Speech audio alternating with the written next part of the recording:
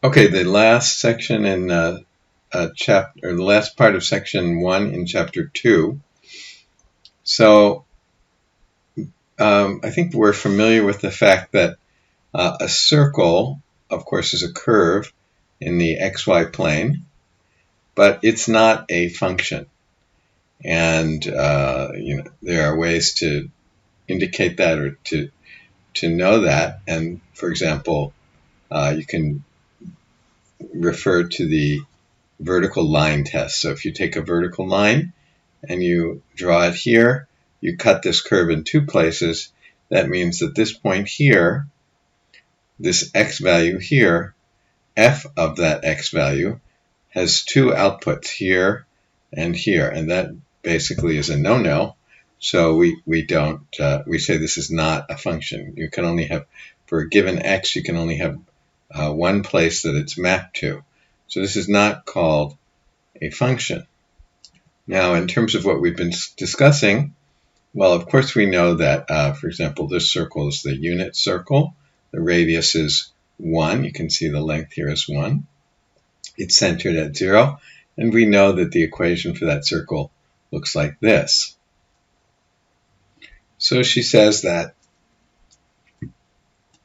of course, this is a curve in R2. And she says, in general, a curve in R2 is determined by an arbitrary equation in x and y, and not necessarily one where we can isolate y alone on one side. So we may, even though we can write an equation that includes x and y, we may not be able to write y equals and put x, all x terms on the other side of the equation. So we can think of this part here as a function of two variables, x and y, and the other, then the part over here is some constant. So that would be this would be a general form of a curve in the xy plane. In terms of what we've been talking about, we could think of this as a level set of a function of two variables. Okay, so now let's, with that understanding, let's turn to surfaces in R3 as opposed to lines or curves in R2. So in the same way, let's look at, for example, this. This is a sphere. We're just talking about the outside of it. So this is a surface in R3, but this will not be a function of x and y. And the reason, again, is the same kind of reasoning that we had before. So let's consider an analogous situation here. So suppose we have this surface, and we can think of this as a function of x and y. That is, given a point x and y, we'd ask, what is the height? And we would say, okay, well, the height is here. But actually, this is not a function, is it? Because we could say the height is here, given this point x, y. It's hard to point to this in 3 dimensions. But this point x, y in the xy plane, say, okay, well, the height is here, but it's also up here. So that's not a function. So we wouldn't consider this kind of surface as a function of x and y, but we would consider it a surface in R3 in the same way that we considered this a curve in R2, even though it wasn't a function of x. In the same way, this is not a function of x and y. Now, just to point this out, if we only took the upper hemisphere from here, around here, and then up, then it would be a function. Given a point in the xy plane, or given x and y, we would only get one height, or one place, one height. But the sphere is not a function. However, just like we could think of this as a level curve in x and y, we can think of the sphere as a level surface of x, y, and z. So before we had what? We had here f of xy equals c, now we'll have some function or some, I don't know if I should call this a function, but we'll have some f of x, y, and z equals c. And that could represent some surface in 3 space, or R3. And one point is that we may not be able to separate z on one side and x and y on the other. We can still do this, though. We can still talk about the level set. Okay, so let's read this example 15. So she says a sphere is a surface in R3 whose points are all equidistant from a fixed point. So here's a fixed point, and a sphere is the set of all points in R3 that are equidistant from this point. If this fixed point is the origin, then the equation for the sphere is, remember this means the length or the magnitude or the norm. So this is the distance between the point, a point on the surface, and the origin is fixed. So first of all, this is x minus 0, so that's just x, and that distance is fixed for a constant a, where a is a positive constant and x equals xyz is a point on the sphere. But we recall that the norm is the dot product and then the square root of it. So if we square both sides of this, then we're just left with the dot product on this side and a squared on the other side. But that's the dot product for this vector, which means x squared plus y squared plus z squared. That's the dot product of this vector with itself. So we get x squared plus y squared plus z squared equals a squared. And maybe this is another, maybe more familiar form of the equation for a sphere in R3. Now, if the center of the sphere is not at the origin, but it's located here, then we want all the points whose distance, all the points x whose distance to this point here, x0, is equal to a. So we write this, and then we can expand this. And we know that the coordinates, if you take x minus x0, then you get x minus x0 here, y minus y0 here, z minus z0 here. And then if you take the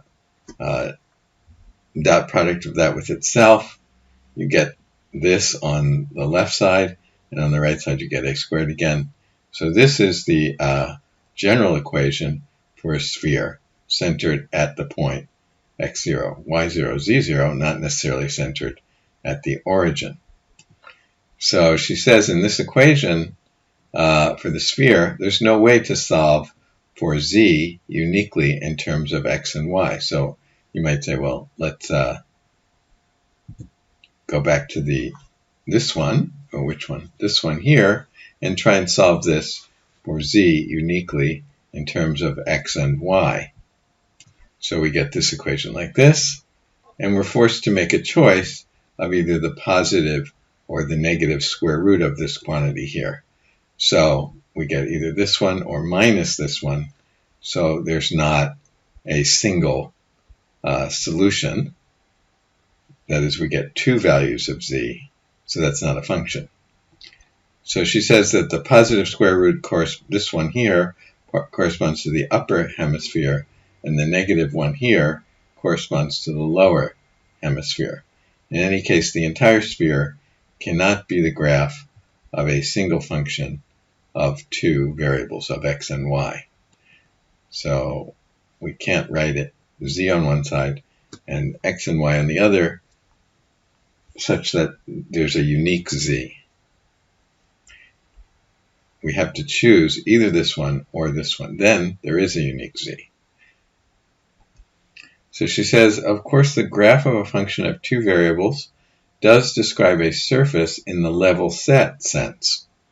So if a surface happens to be given by this equation for some appropriate function f, then we can move z to the opposite side. We get this. We define a new function f of 3 variables like this, that at capital F is equal to this. Then we can say that the graph of f, little f, is precisely the level set at height 0, right? Because we take this, it was equal to 0. So it's the level set of capital F at height 0. That's what we mean by the level set at height 0. So she makes this point. She says, the graph of a function of 2 variables is a surface in R3 and is a level set of a function of 3 variables. However, not all level sets of functions of 3 variables are graphs of functions of 2 variables. So if you have a function, you can take this function here. You can write it like this, set it equal to 0, say this is some function f, and then say so the graph of this original f is the level set for this function of 3 variables.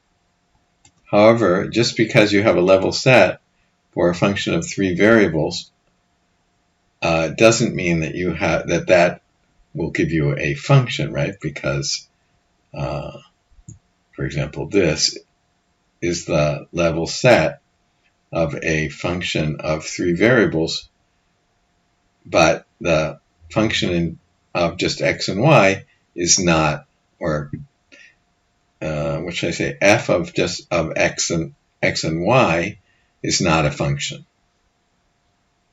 Okay, the next section is on quadratic surfaces, but we're going to skip that. But you can see we're talking about 3-dimensional shapes like this, or like this, or like this. And then we might cut them in certain places. We can see that they form certain kinds of shapes. And these have names. So this is called an ellipsoid. This is called, I guess, an elliptic paraboloid. And this is called a hyperbolic paraboloid. And this one is called an elliptic cone. And so on. Anyway, we're not going to deal with these, but you can take a look at this. Okay, let's do some of the exercises. Let's just quickly review these concepts. One-to-one, also called injective. And we have another concept, was it maybe before this, was called onto.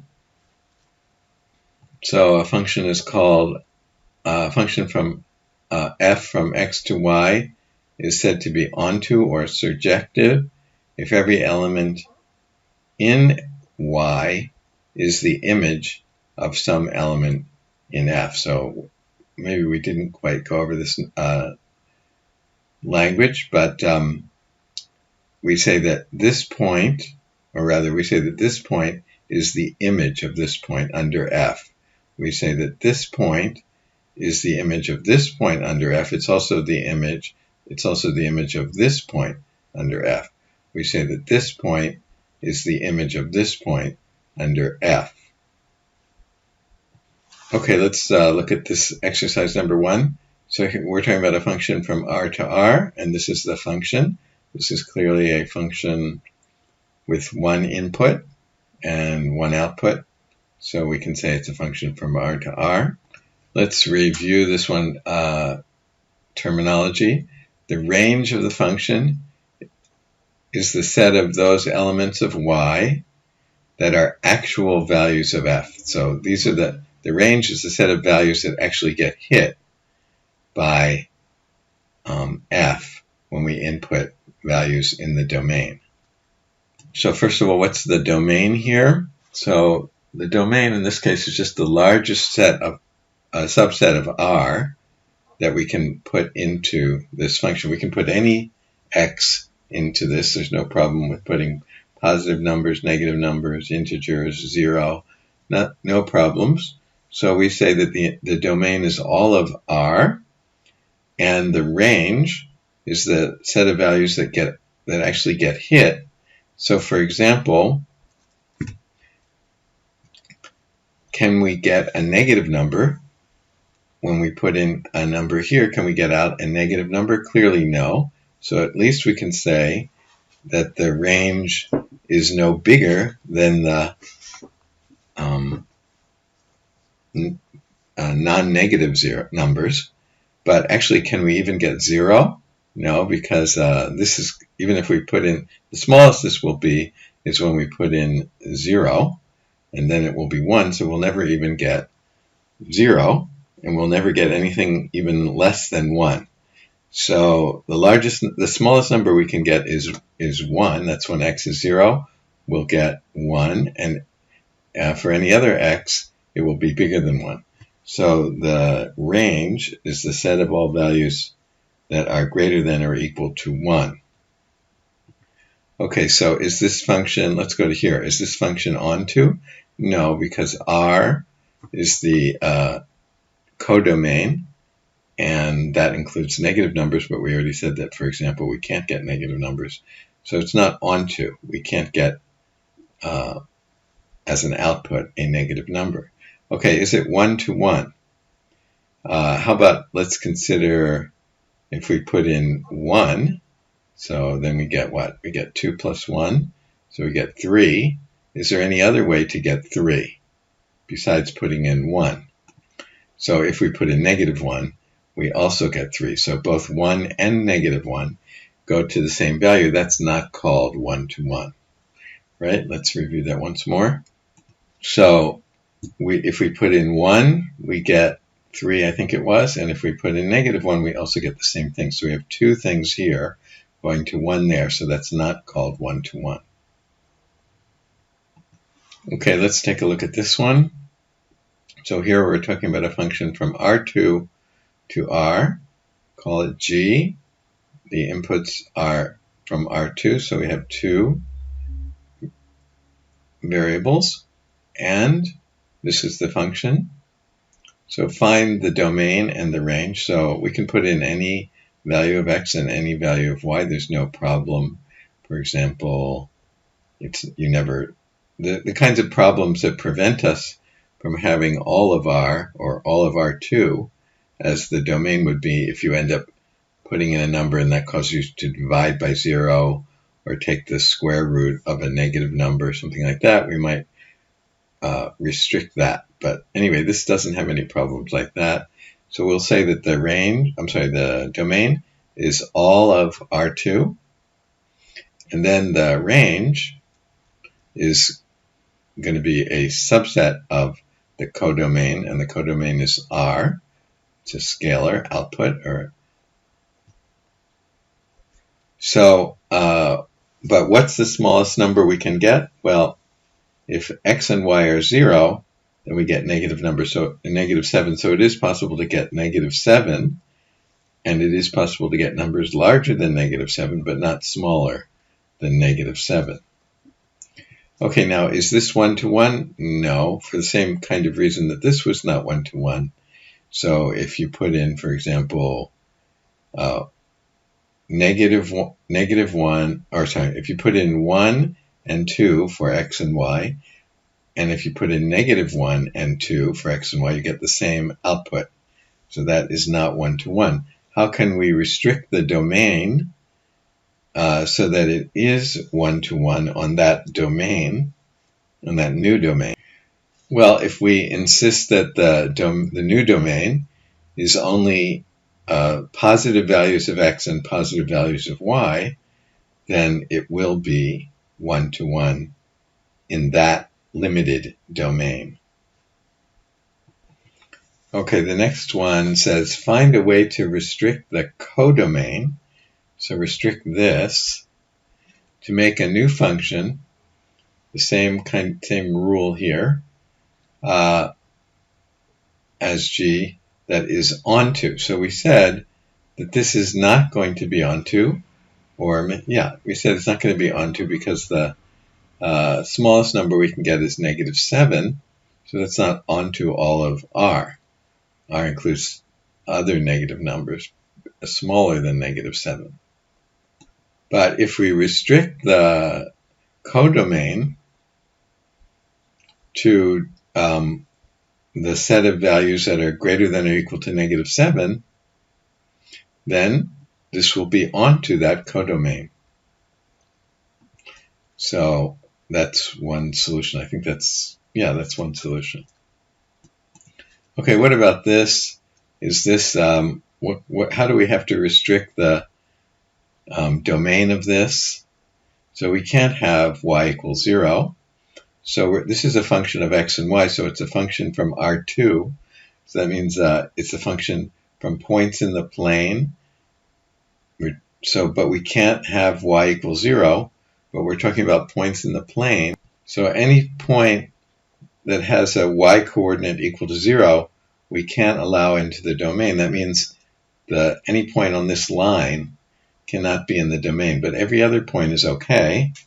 So it's everything. So the domain is the whole xy plane except for this line. And I think the range is all of R2. All of R. I think there's no number that we can't achieve with various combinations of x and y. Okay, let's take a look at this one, number 8. So we're talking about a function. Now notice this is a bold f. So we know that this is going to be a function, a vector valued function. That means it's not just a function from something to r, but some r2 or r3 or something like that. And here it says it's r3. So this is the output is r3. That's why we made this bold. And the definition, so it's from r2 to r3. So the input is going to be xy, but the output has to be a vector in R3, so we have to have 2 commas here, right? There's a comma, and there's a comma that gives us 3 elements in the output. So this is the formula. So the first component is x plus y, the second is this, and the third is this. Determine the component functions. So the notation for the component functions is, let's review that. So here's a vector valued function. That's why we have a bold f of some vector. That's why we have this bold x. So this is f of some vector. And then the component functions we write like this. f1 of the vector, f2 of the vector. So remember that this means, for example, up here, so we have a vector valued function of 4 variables. So this is from R4. And then the output, there are 3 terms or 3 elements. So the component functions here, this is the first component function. This is the second component function. This is the third component function. And the notation for the first component function would be f1 of the bold x, which the bold x again is these 4 variables. So we would say f1 of that is x, y, z, t. We would say f2 of that is x squared minus y squared. And we would say that f3 is 3z plus t. So determine the component functions here. So f1 is x plus y. So f1 is x plus y, f2 is y at e to the x, f3 is this one here. Those are the component functions. Determine the component functions of v in example f9. So that's this one here, we just did it, so we don't have to do that again. Okay, we're going to stop here. That'll be the end